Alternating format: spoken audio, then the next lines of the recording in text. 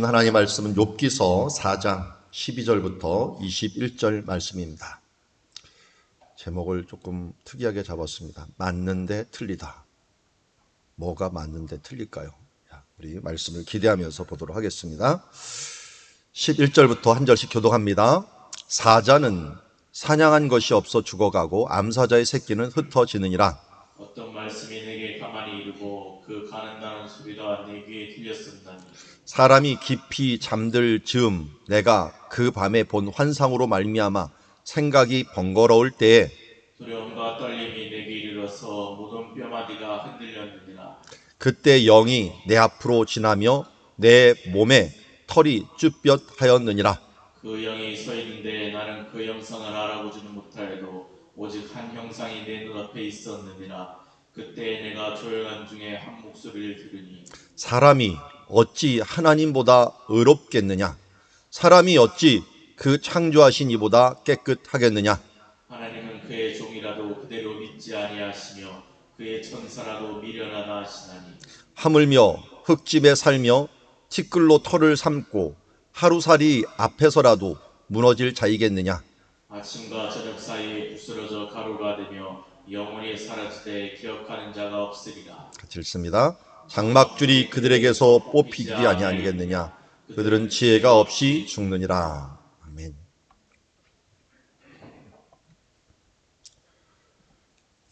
지금 엘리바스라고 하는 대만 사람 엘리바스라고 하는 사람이 자기의 계시 받은 것들을 나누고 있습니다. 이런 하나님께 은혜 받은 것들을 나누는 일들 굉장히 좋습니다. 오늘도 욥기 4장 15절에 보니까 그때 영이 내 앞으로 지나매 내 몸에 털이 쭈뼛하였느니라 라고 말합니다. 앞에 있는 사진은 제가 한 20년도 더 된 것 같습니다. 이 정도 즈음에 시내산에서 찍은 사진입니다. 시내산에 해가 뜨고 있는데 저 한 구석에서 한 사람이 기도하면서 묵상하고 있더라고요. 모세가 호렙산 시내산에서 하나님의 얼굴을 배웠죠. 근데 하나님의 얼굴을 보면 도저히 인간이 감당할 수 없어서 하나님의 뒷모습을 보았는데, 지나가는 뒷모습만 보았는데도 그 얼굴에 광채가 났습니다. 또 한편 이 자리에 와서 하나님을 뵀던 사람이 엘리야죠. 엘리야가 호렙산에 이르러서 하나님께 호소를 하죠. 내가 열심히 특심한데 사람들이 다 하나님의 선지자들을 죽이고 나만 홀로 남았나이다. 외롭습니다. 어떻게 된 겁니까? 하면서 하소연하듯이 하나님께 얘기했더니 하나님께서 그곳을 지나가면서 너는 내 앞에 서라 라고 하면서 열왕기상 19장 11절 12절에 이렇게 얘기합니다.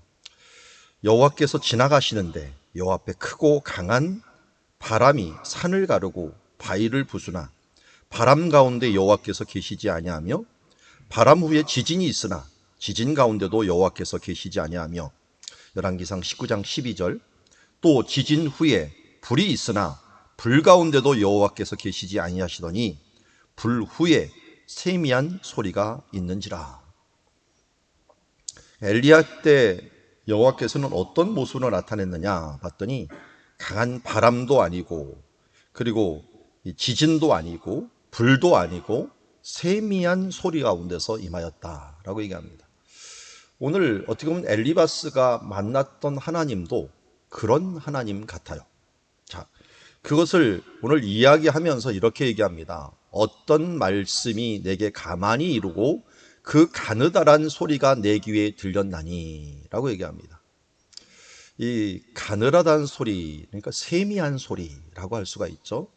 그러면서 사람이 깊이 잠들 즈음에 내가 밤에 본 환상으로 말미암아 생각이 번거로울 때, 밤에 환상으로 말미암아 생각이 번거로웠던 사람, 다니엘 같은 사람이 있죠. 다니엘 같은 사람, 환상을 본 사람이고 두려움과 떨림이 내게 있으므로 모든 뼈마디가 흔들렸느니라.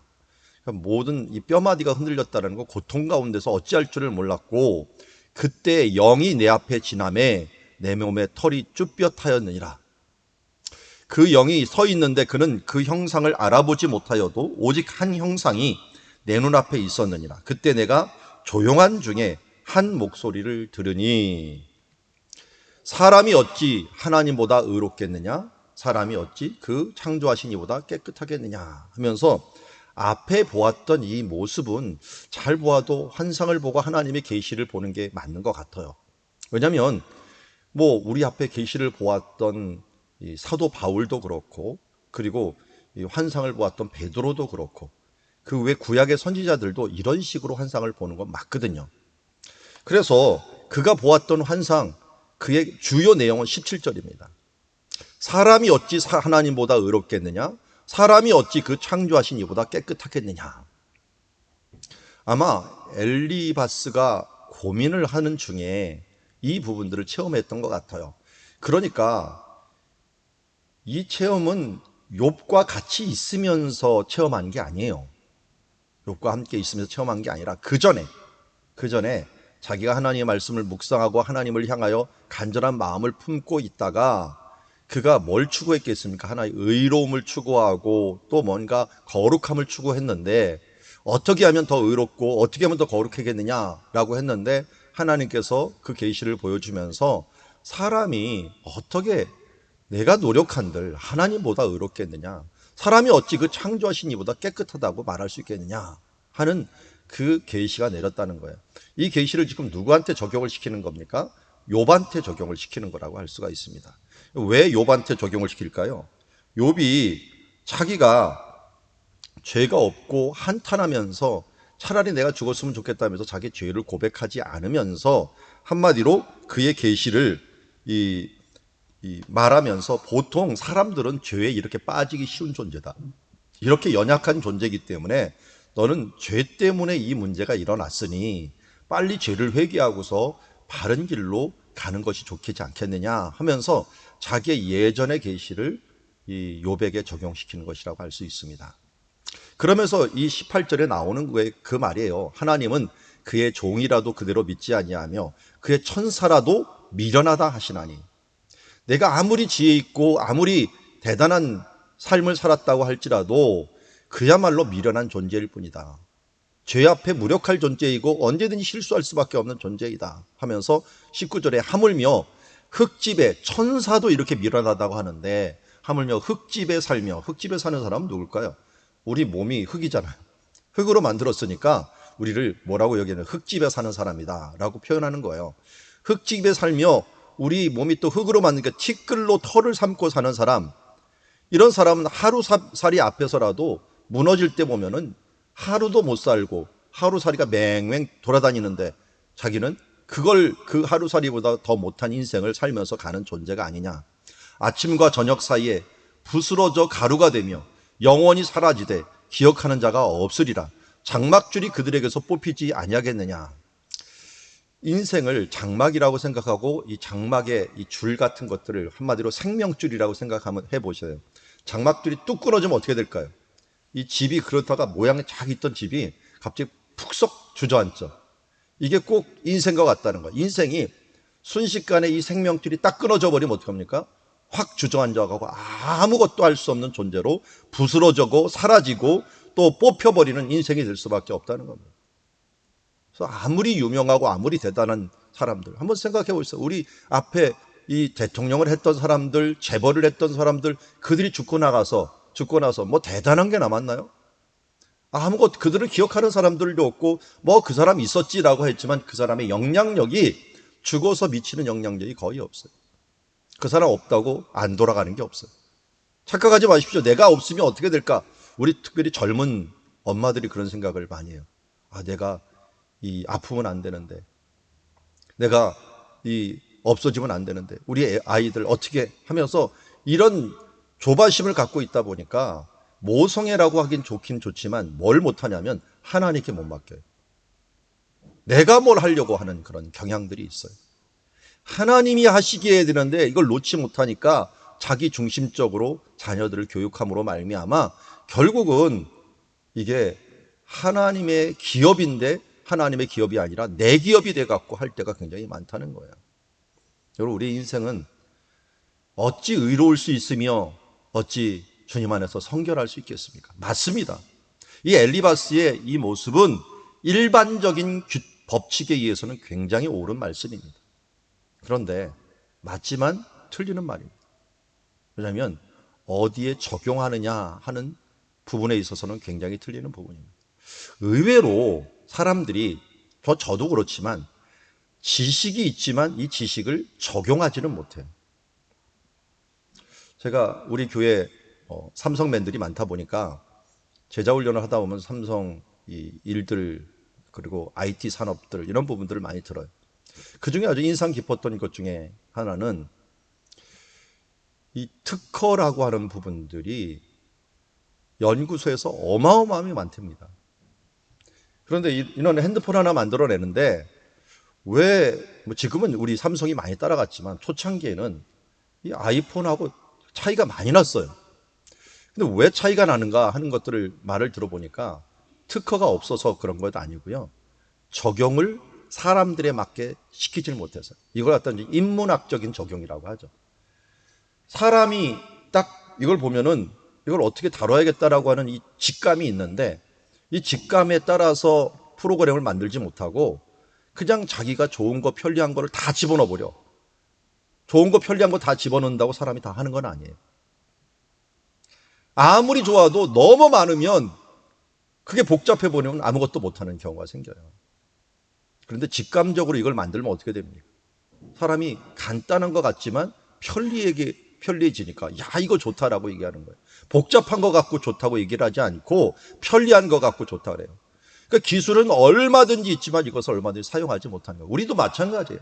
재물이 있고 건강이 있고 우리에게 많은 기회가 있지만 이 기회들을 우리의 삶 속에서 어떻게 적용시켜 나가느냐 하는 부분들이 우리의 삶을 풍요롭게 하느냐 못하느냐를 결정하는 거예요. 이걸 우리는 지혜라고 얘기합니다. 이걸 분별력이라고 얘기를 합니다. 그런데 여기 엘리바스의 문제는 뭐였습니까? 자기가 받은 계시 은혜 맞아요. 근데 이 계시를 아무데나 적용시키면 안 되는 거예요. 지금 사람 힘들어갖고 죽겠다는 사람 보고서 너 빨리 재회개, 회개 이렇게 얘기하는 건 아니라는 거죠. 물론 그동안 7일 동안 말없이 위로하고 주었지만 이 위로에서 근본적으로 이 사람의 말을 듣고 이 사람의 상황을 알고서 잘 적용시켜야 돼요. 우리 민석이가 있지만 퍼즐이 하나가 있어요. 아이들 퍼즐 맞출 때 저는 퍼즐 맞춘 게 너무 복잡해갖고 못 맞추겠더라고요. 어떤 사람은 1000개, 2000개 갖고 퍼즐을 맞추는 사람이 있더라고요. 퍼즐 맞추는 건 좋은 것 같아요. 이게 머리 회전에 굉장히 좋은 것 같아요. 제가 이스라엘에 있을 때 어떤 제 아들 또래인가요? 또래인데 퍼즐을 너무 좋아하더라고요. 걔는 조그만 애가 막 퍼즐을 너무 잘 맞추는데 나중에는 서울대 가더라고요.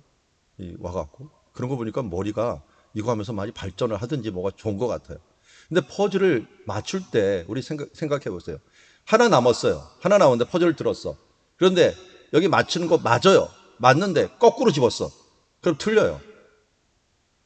이 퍼즐은 퍼즐이고 또 맞는 장소긴 맞는 장소인데 그 맞는 장소에 넣는 것조차도 방향을 잘 잡아서 넣어야 되는데 하물며 큰 게 퍼즐이 있는데 그 퍼즐에 있어서 다 가지고 아무데나 이 퍼즐을 맞추려고 하면 되겠습니까? 말씀이 있지만 이 말씀을 아무데나 맞추려고 하면 그냥 끼워 맞추려고 하는 것밖에 안 돼요. 그래서 큐티하는데 굉장히 위험한 것 중에 하나가 뭐냐면 모든 말씀을 자기 상황에다 끼워 맞추려고 하는 거예요. 말씀에다가 자기를 끼워 맞추려고 하면 괜찮아요. 그런데 내 상황에다가 말씀을 막 끼워 맞추려고 막 하는 거예요. 이게 기복신앙이거든요. 합리화거든요. 여기 보면 사람이 하나님보다 의롭고 어떻게 창조하신 이보다 깨끗하게 했느냐. 맞는 말씀인데 자기가 받은 계시 맞고 은혜 받은 건 맞아요. 그런데 아무데나 이거를 막 집어넣어서는 안 된다는 거죠. 이것은 이것에 대한 고민을 하는 사람들, 이 정결에 대한 부분들을 고민하는 사람들이지 지금 이러하니 너도 약할 수밖에 없고 약할 수밖에 없으니까 너도 죄를 진 거야 하면서 논리의 비약을 계속 가는 거. 여러분 욥기가 전반적으로 이거 싸움이에요. 적용 싸움. 제가 요번에 이제 2021년 2학기를 들어서 총신대학원에서 신약 쪽을 신약 성경지를 강의를 하는데 코로나 기간이라서 할 수 없이 영상으로 강의를 합니다. 녹화를 해갖고 주고 대신에 뭐 과제를 주는데 요약을 하는 것보다는 요약하고 교훈을 적고 거기서 내가 깨달은 교훈들 그리고 적용을 한번 해봐라. 약간 요번 좀 어렵게 냈어요. 1교훈 그 다음에 적용을 한 반 페이지 정도를 내갖고 그것을 게시판에 올려주십시오 해갖고 각자 과제 내는데 지도도 그리고 그걸 내라고 했어요. 근데 제가 봤더니 한 반 이상이 적용을 못해요. 전도사님들인데 적용을 제가 그 앞에 얘기를 했거든요. 구체적으로 그리고 이 실제적으로 실천할 만한 것 이런 부분들을 갖다가 한번 그 교훈을 적고 나서 그대로 적어라 라고 했는데 1차적으로 교훈을 적는 것도 쉽지는 않지만 교훈을 적었으면 그 교훈에 맞는 적용을 해야 되는데 그 맞는 적용을 하는 것도 힘들고 구체적으로 실천 가능한 것을 얘기하려는데 실천 가능한 거 대부분 어떻게 얘기하느냐 열심히 해야겠다 말씀 더 봐야겠다 뭐 해야겠다 이런 식으로 밖에 나오지를 못해요. 아직도 많은 부분들 적용하는 것들을 못하는 그 중에 개중의 사람들은 아주 뛰어난 사람들이 있어요. 실제적인 삶으로 들어가서 오늘 같은 거 보면은 이 말씀을 보면은 하나님보다 의롭겠느냐 어디 창조하신 분보다 깨끗하겠느냐 라고 하는 말씀을 가지고 어떻게 적용을 할 것인가에 대해서 엘리바스는 고민을 해야 되고 그의 삶 속에서 정말 우리 인생은 이런 것과 같으니 이런 곳에 내가 초점을 맞추지 말고 하늘의 소망을 두고 살아야 되겠다 하면서 자기 적용으로 들어가면 돼요. 자기 계시니까. 하나님이 나에 대한 계시니까 자기 계시로 들어가야 되는데 많은 사람들이 그러니까 우리는 이렇게 하겠다. 사람들은 이렇게 해야 된다. 하면서 나에게 초점을 맞추지 않고 남에게 초점을 맞추거나 우리라는 단어를 써갖고 두리뭉실 넘어가려고 하는 부분들이 있습니다. 여러분 말씀의 화살은 여러분에게 준 게 아니에요. 나에게 준 거예요. 여러분들도 마찬가지입니다. 말씀은 오늘 우리에게 주는 것들은 다른 사람에게 주는 것이 아니라 나에게 주는 거예요. 사람들에게 나눌 때는 내가 이런 은혜를 받았고 이러한 삶들을 내가 살아야겠어 라고 하는 걸 나눠야 되지 내가 이런 교훈을 받았으니까 너는 이런 삶을 살아야 돼 이런 식으로 말하지는 말라는 거예요. 적용을 할 때 하나님의 화살이 다른 데로 빗나가게 하지 말고 나의 가슴에 꼽혀갖고 처절하게 우리가 우리의 죄된 마음과 잘못된 부분들을 회개하고 하나님께 나아가서 이제 하나님 앞에 올바로 서게 되잖아요. 사도 바울이 3번이나 간절하게 기도함으로 말미암아 받은 응답이 뭐였어요?